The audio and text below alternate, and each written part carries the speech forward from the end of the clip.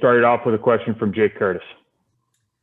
Yeah, Mark, can you just talk about what you think you've done better in the last couple of weeks and what has not been so good in the last couple of weeks?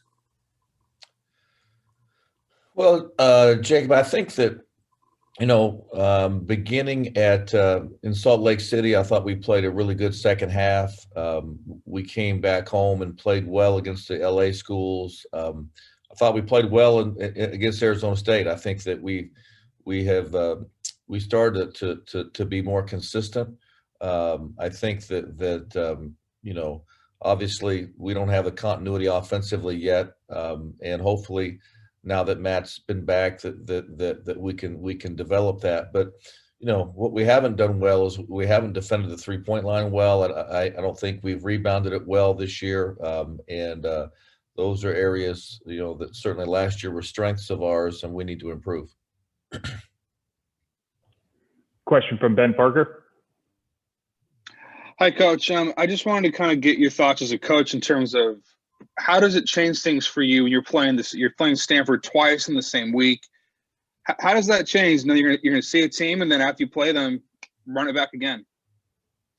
Well, Ben, I think our focus is one game at a time, and we'll see what each team does in the first game, and I'm sure that both teams will adjust for the second game, and it's so it's unusual, and there's no doubt about it. It's unusual to play, so quickly together. But we're just going to focus on the first one, and then we'll, and I think the good thing is there's a couple days in between games, and I'll give both clubs a chance to look back and evaluate the first game before we play the second. Question from Dave Bush. Could you just describe a little bit about the big three that have been doing it for them since they've had all those players missing, De Silva, Dallaire, and O'Connell? Could you just kind of give me a brief description of each one? Well, I'm not sure. There may only be one player in the league playing better than Oscar De Silva right now. I mean, I think he's having a player of the year type season. I think he's been just terrific. He scores it, he rebounds it, he gets assists. He makes his free throws. I think he's been terrific, and maybe the only guy playing better than him in the league right now is Jaden Dallaire. I mean, he's playing outstanding. I mean, since he's been in the lineup, he's just been terrific. In the last few weeks, his production has been unbelievable. So those two guys are playing great. I mean, just outstanding. And then O'Connell, obviously, when you have two guys that finish like those guys finish, he's obviously a smart kid. He knows where to put the ball, whose hands to put it in. And so I think that has given those guys really a boost. And has their style changed in the last 3 or 4 games with the guys that are missing? Well, I think that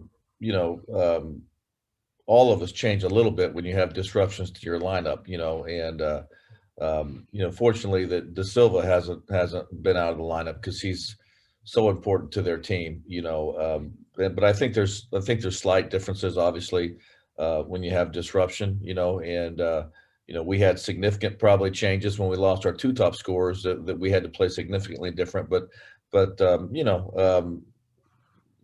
we all continue to adjust, and I think for them, they've adjusted pretty well. And just one last thing, I noticed against USC, virtually every time the ball got down underneath, they double teamed the player down there. Now, was that something they did for SC, or is that something they do regularly? No, that's something that they've done the last, obviously since I've been at Cal, they did it all last year, and they're doing it again this year. And so, we have to develop the ability to play versus those traps and pass out of those traps, and because we know they're going to be coming. Okay, thanks very much. Mm-hmm. Question from Steve Kroner with the Chronicle.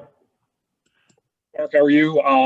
You did beat them, obviously, on failure 2 times last season.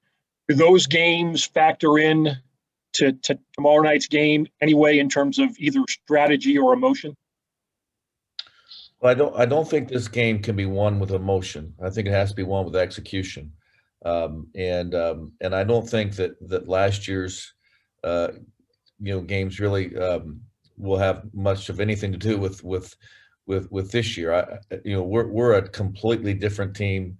We're not defending nearly as well as those teams did a year ago, and obviously with the year being so upside down in how we're both functioning, I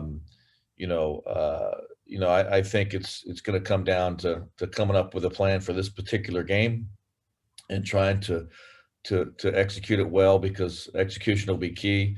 We're probably playing significantly different offensively than we did last year. We're shooting, obviously more threes. They have obviously their main gun back into Silva, and they're playing, doing some similar things, but we need to execute well.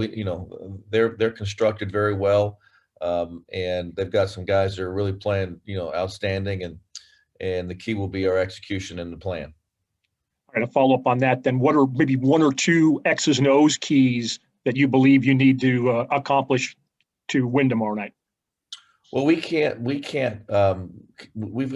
do a better job on the glass. I think that we haven't rebounded as well this year.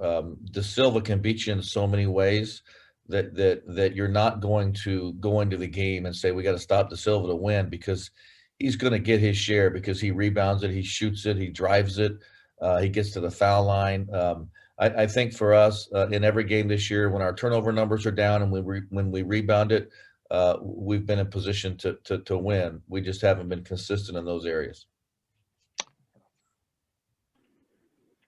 Another question from Ben Parker.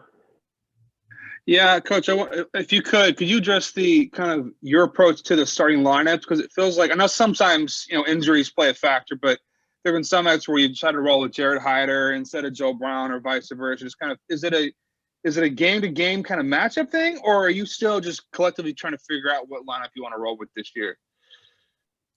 I don't think there's been 1 week where we've had the same guys healthy, to be honest with you.